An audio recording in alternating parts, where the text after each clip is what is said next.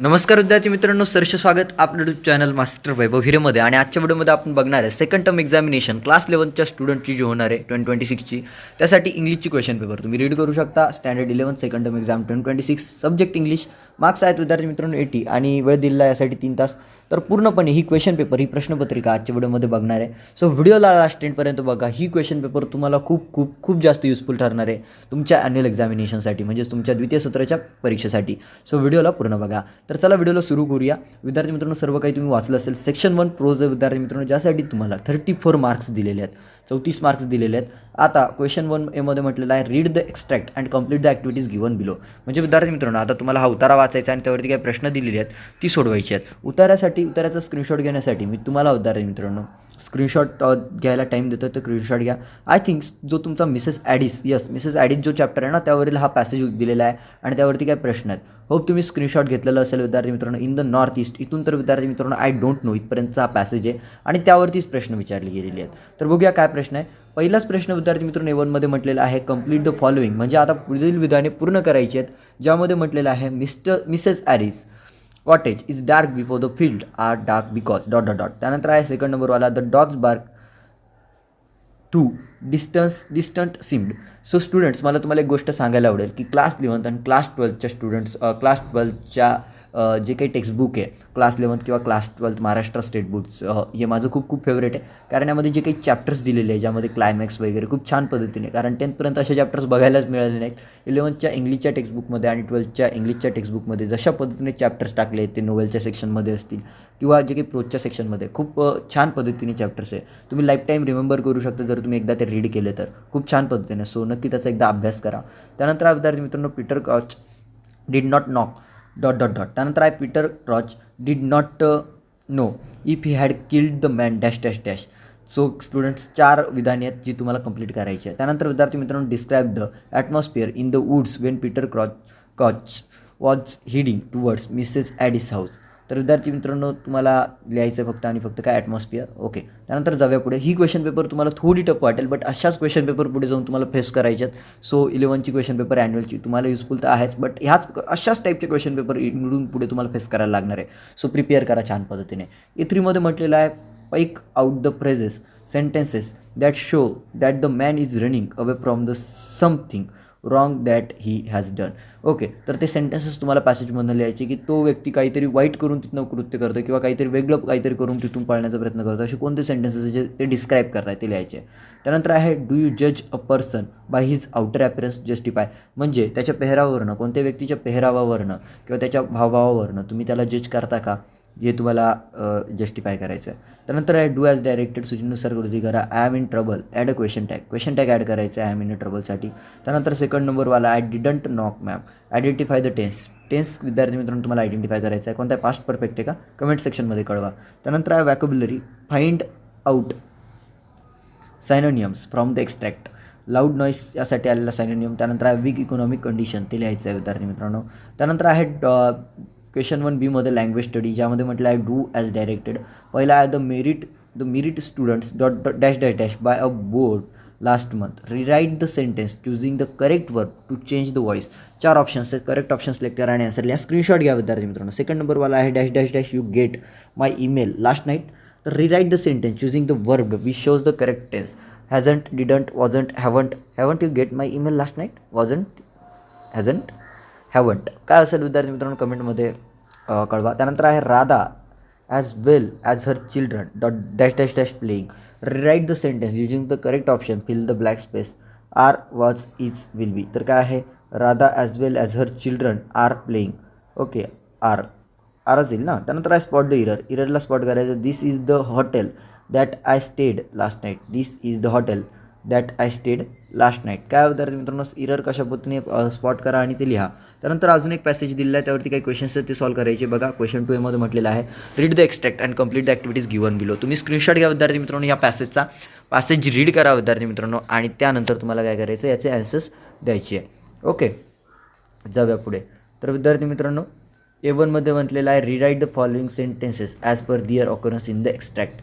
म्हणजे जशा पद्धतीने उतार्यात हे सेंटेन्सेस आले आहेत ना, त्याचा क्रम लावायचा आहे तुम्हाला, जशा पद्धतीने ते उतार्यात आलेले आहेत तशा पद्धतीने. त्यानंतर आहे A2मध्ये एक्सप्लेन, ज्यामध्ये आहे the writer writes the idea is born out of an inferiority complex inherent in the gamish minded students who actually envy their fellows who shine academically. Explain करायचं विद्यार्थी मित्रांनो, थोडा पेपर थोडा टफ आहे, डिफिकल्ट आहे, but ठीक आहे, असेच पेपर पुढे जाऊन फेस करायला लागणार आहे, तर आत्तापासून फेस करा.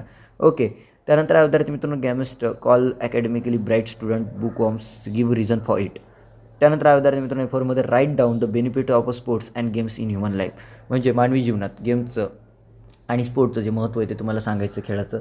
त्यानंतर डू ॲज डायरेक्टेड, ज्यामध्ये आहे the games field is better or nobler arena for their activities than the classroom, rewrite the positive degree. त्यानंतर आहे the team spirit can B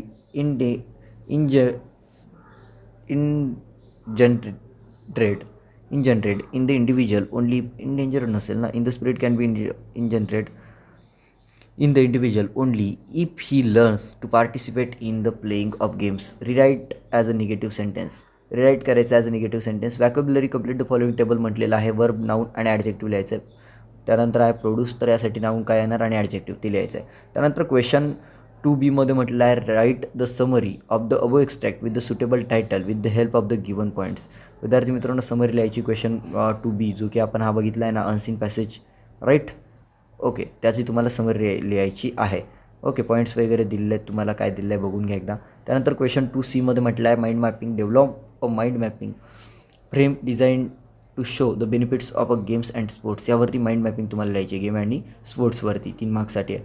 section 2 आहे पोएट्री. आता पोएम असणार आहे, पोएमवरती काही क्वेश्चन्स असणार आहे, ती तुम्हाला सॉल्व करायची आहेत विद्यार्थी मित्रांनो. पोएमवरची सगळी क्वेश्चन सॉल्व करा, इम्पॉर्टंट आहेत तुम्हाला. आता बघा, पहिले पोएम बघूया, काय पोएम दिलेली आहे आपल्याला.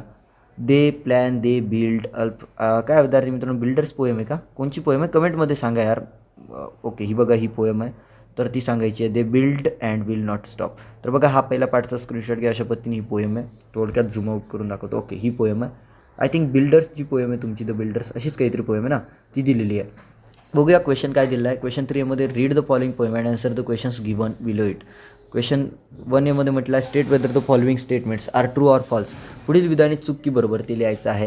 तर प्लॅनर्स आहे ना, प्लॅनर्स पोएम आहे. तर विद्यार्थी मित्रांनो, हे planners plan to construct buildings wherever they find place.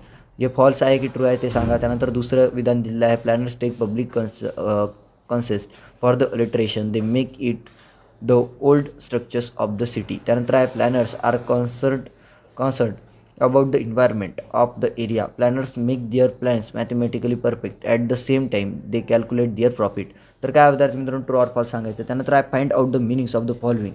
विद्यार्थी मित्रांनो, यासाठी जे आलेलं आहे हायप्नोसिस असेल किंवा ॲम्नेसिया असेल, तर यासाठी काय मिनिंग आलेलं आहे त्या पोएममध्ये ते लिहायचं आहे, त्याचं मिनिंग काय निघतं आहे. त्यानंतर आहे कंपोज 4 लाईन्स अबाउट नेचर. म्हणजे आता 4 लाईनची पोएम तुम्हाला कंपोज करायची नेचरवरती. त्यानंतर आहे use the following points to write and appreciation of the poem. There is another sky. There is another sky. He poem विद्यार्थी मित्रांनो तुम्हाला दिलेली आहे आणि तिचं ॲप्रिसिएशन आता आपल्याला लिहायचं आहे. There is another sky by Emily Dickinson, right. तर about the poem, poet and title कोणी लिहिली आहे बाई, इमिली डिकिन्सन आहे ना, राईट. सो ते लिहायचं. त्यानंतर थीम काय आहे, poetic style, language, poetic devices use in the poem, special features काय आहे. त्यानंतर message, value, moral in the poem काय भेटतं, your opinion about the poem काय म्हणतं. देअर इज अनदर स्काय कोणी लिहिली आहे, इमिली डिकिन्सननी. कोणाला, तिच्या ब्रदर ऑस्टिनला. का लिहिलेली आहे तुम्ही कमेंट सेक्शनमध्ये सांगणार. मॅसेज काय, ओपिनियन काय, सर्व गोष्टी कमेंट सेक्शनमध्ये कळवा. सेक्शन 3 विद्यार्थी मित्रांनो रायटिंग स्किल्स, 16 मार्क्ससाठी आहे. आता रायटिंग स्किल अगदी सोपंसं असतं, ज्यामध्ये आता क्वेश्चन 4 तुम्हाला म्हटलं आहे complete the activities as per the instructions given below. एमध्ये म्हटलेलं आहे attempt any one of the following. आता कोणतंही एक करायचं आहे विद्यार्थी मित्रांनो, ज्यामध्ये तुम्हाला write a letter to the, एक तर तुम्ही लेटर रायटिंग करू शकता, हिंट्स वगैरे दिले, स्क्रीनशॉट घेऊन टाका, किंवा तुम्ही ईमेल रायटिंग करू शकता. दोन्हींपैकी तुम्ही कोणतंही करा, एक तर लेटर किंवा ईमेल. ओके, काही करू शकता. त्यानंतर विद्यार्थी मित्रांनो तुम्हाला बीमध्ये attempt any one of the following, ज्यामध्ये म्हटलेलं आहे एक्सपांड द थीम. एक तर तुम्ही एक्सपांड द थीम करू शकता, किंवा विद्यार्थी मित्रांनो ब्लॉग रायटिंग करू शकता. एक तर एक्सपांड द थीम करा, ब्लॉग रायटिंग करू शकता, किंवा विद्यार्थी मित्रांनो रिव्ह्यू करू शकता. काय करता, एक्सपांड द थीम मला वाटेल ती तुम्ही ते करा.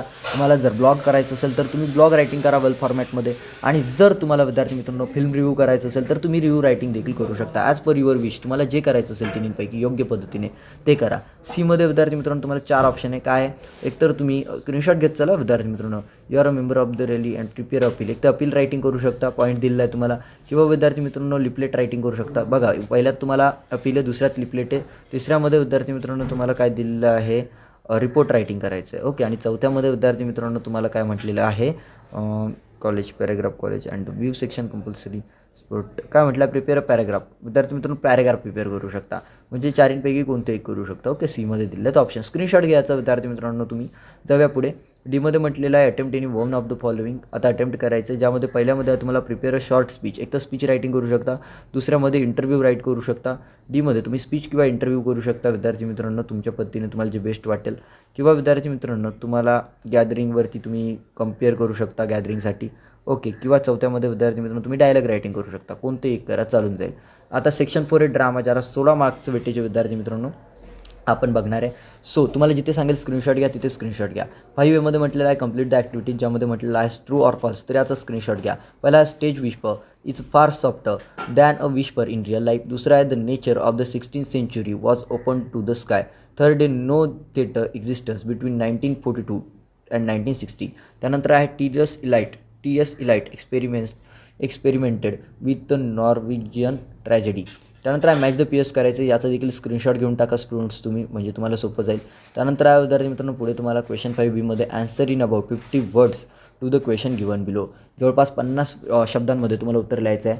The sergeant support the man by misguiding his comrades, write your view. Second आहे the man and sergeant need each other support, find such examples from the text. त्यानंतर आहे विद्यार्थी मित्रांनो आन्सर इन अबाउट 50 वर्ड्स, त्यामध्ये draw character sketch of Oberon as an enemy of his wife but a friend of lovers. त्यानंतर आहे component of the loving pair Lysander and Helena from the point of view of a developing their character.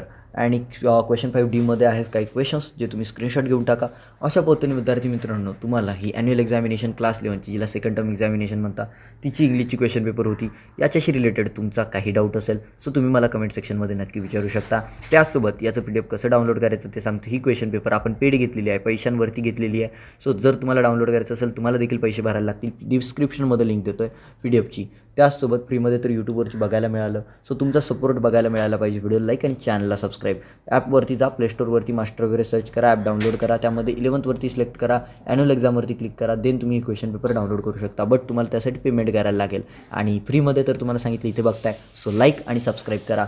तुम्हाला सर्वांना विद्यार्थी मित्रांनो या ॲन्युअलच्या इंग्लिशच्या पेपरसाठी खूप खूप शुभेच्छा. या व्हिडिओला तेच थांबवूया. धन्यवाद.